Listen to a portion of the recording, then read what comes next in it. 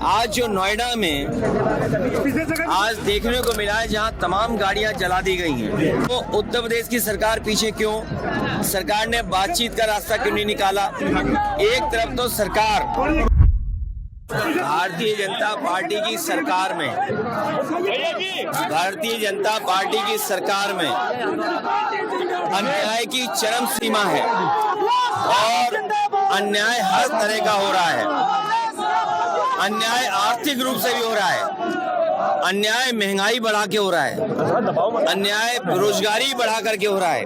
आज जो नोएडा में आज देखने को मिला है जहां तमाम गाड़ियां जला दी गई हैं और पुलिस को भी भागना पड़ गया वहां से।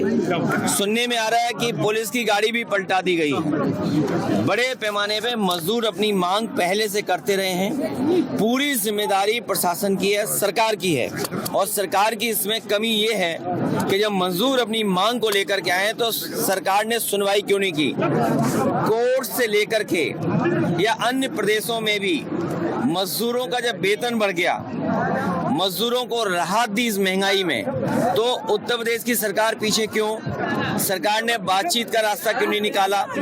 एक तरफ तो सरकार निवेश की बात कर रही है, वहीं मजदूरों के साथ अन्याय कर रही है। और निवेश अगर आएगा और मजदूर नहीं होंगे तो कारखाने कैसे चलेंगे?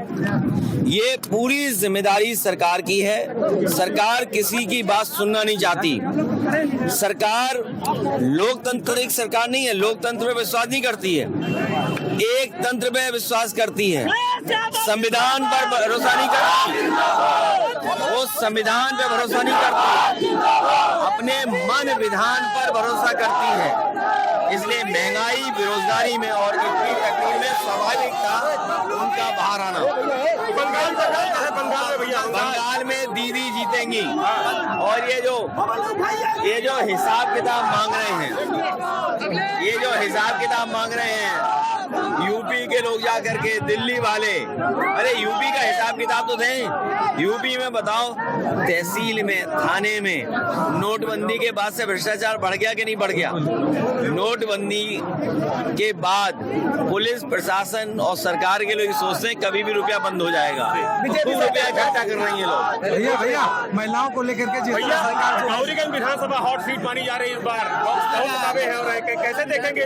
गौरीगंज इतनी हॉट है कि जो बैठे हैं वो जल जाएंगे।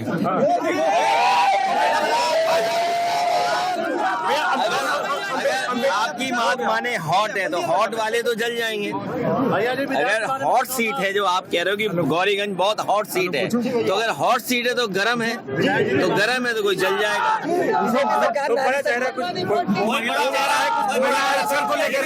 ये जितने खड़े लोग हैं और मोबाइल ऑन करे लोग हैं, इन सबसे राय मशवरा कर लेंगे। महिला आरक्षण को लेकर सरकार सहयोग मांग रही है। सरकार की नियत नहीं है आरक्षण देना। अभी जाओ, सरकार की नियत नहीं है आरक्षण देना। और सेंसस, डिलिमिटेशन और उसके बाद आरक्षण, उन्हें ये बताओ क्षेत्र कौन सा होगा महिलाओं का जो चुनाव लड़ेंगी? बनाए आरक्षण की तैयारी कर रहे हैं, गिन नहीं। आप एक तिहाई का मतलब हुआ कि आप गिनोगे। अब आबादी बढ़ गई, आबादी कितनी है उसकी गिनती की नहीं, तो जब गिनती आपने नहीं की तो इसका मतलब आरक्षण आपकी नियत में नहीं है। और जो व्यवस्था दूसरे तरह की है, जो आरक्षण आप दे सकते हो, उस व्यवस्था को लागू नहीं करना चाहते हैं। ये भारतीय जनता पार्टी के लोग जानबूझ करके तमाम मुद्दों से ध्यान हटाने के लिए जल्दीबाजी में महिला आरक्षण की बात कर रहे हैं। जब सशक्तिकरण नहीं किया इन्होंने, महिलाओं के एम्पावरमेंट के लिए क्या किया इन्होंने? बताओ, ड्रोन दीदी कितनी बना दी इन्होंने, लखपति दीदी कितनी बना दी, बहुत भैया, करोड़पति दीदी कितनी बना दी। हमारी बेटियों की पढ़ाई छूट रही है, महिलाओं को सुरक्षा नहीं मिल रही, और उसके बाद आप बिना क्षेत्र का तय किए आप बताओ अमेठी बनाओगे क्या? महिला सीट हो जाए तो कौन चुनाव लड़ेगा? सुल्तानपुर कौन सी सीट आपने तय की है? महिलाओं की सीट तय की नहीं। और सीट तय करने का चाहिए सेंसस के बाद डिलिमिटेशन के बाद आरक्षण। ये संविधान को नहीं मानते, बाबा साहब का दिया हुआ संविधान बदलना चाहते हैं और अपनी मनमर्जी से चलाना चाहते हैं। ये संविधान से नहीं चलना चाहते हैं, अपने मन विधान से चलना चाहते हैं। लोकतंत्र में भरोसा नहीं। प्रभातखबर.com, विश्वास वही, रफ्तार नहीं।